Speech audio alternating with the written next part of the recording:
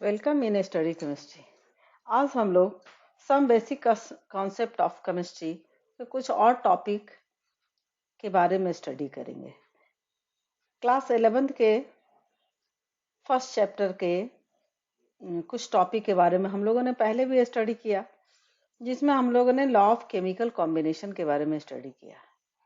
हम लोगों ने पढ़ा कि 5 केमिकल कॉम्बिनेशन लॉस हैं, जिसमें first law of conservation of mass, second law of definite proportion, third law of multiple proportion, fourth Gay Lussac law और फिफ्थ एवोगाड्रोस लॉ। एक एक करके डिटेल हम लोग इसके बारे में स्टडी करेंगे। सबसे पहले हम लोग देखें law of conservation of mass. Law of conservation of मास दिया गया फ्रेंच केमिस्ट एंटोनी लेवोजियर के द्वारा 1774 में।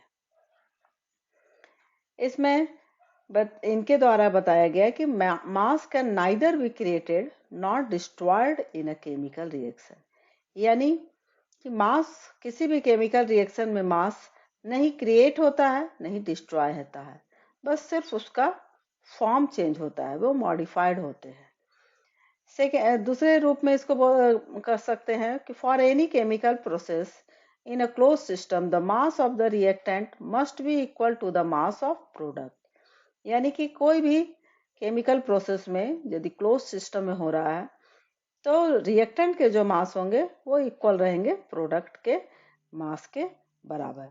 इसको एक एग्जांपल से देख सकते हैं हम लोग कि जैसे यहाँ कार्बन है और ऑक्सीजन है, ये आपस में रिएक्ट किए तो कार्बन डाइऑक्साइड बना है।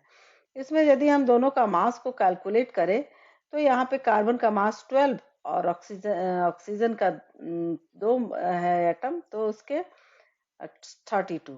यदि दोनों को ऐड करते हैं तो ये कार्बन डाइऑक्साइड का मास जो है वो इक्वल आता है 44 ग्राम। तो इस तरह से neither be created not destroy का ये जो है लॉ यहाँ पे प्रूव्ड होता है। नेक्स्ट देखें हम लोग लॉ ऑफ डेफिनिट प्रोपोर्शन में। ये जो है लॉ दिया गया लुइस प्रॉस्ट के द्वारा 1799 में।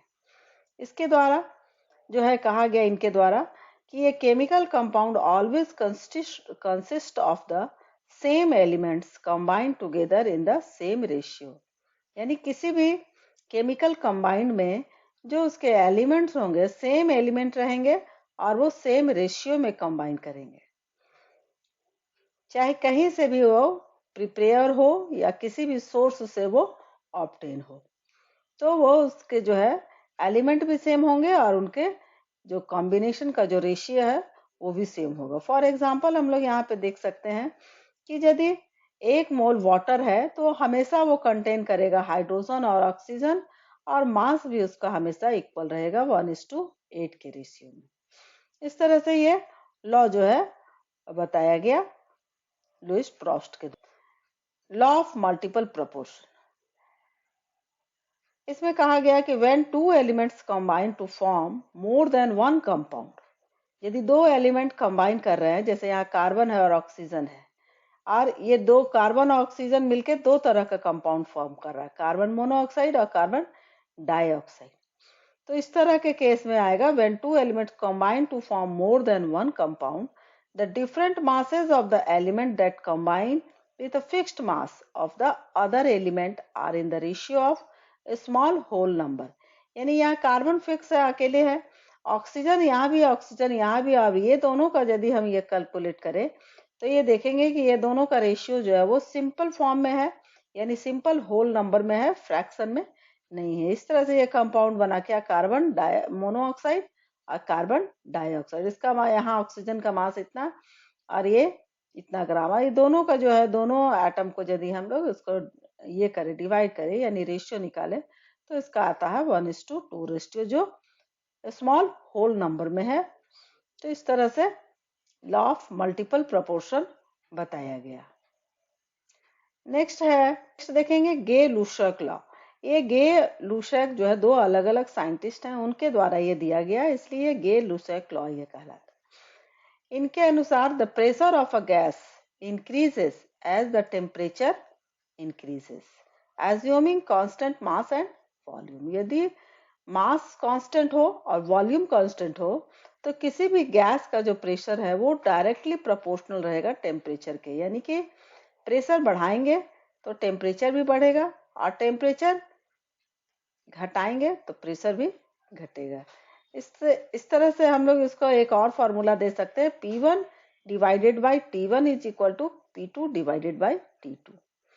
यहाँ पे ये फिगर से भी बताया गया है कि किस तरह से प्रेशर जो है वो अफेक्ट कर रहा है किसी भी गैसेस के लिए।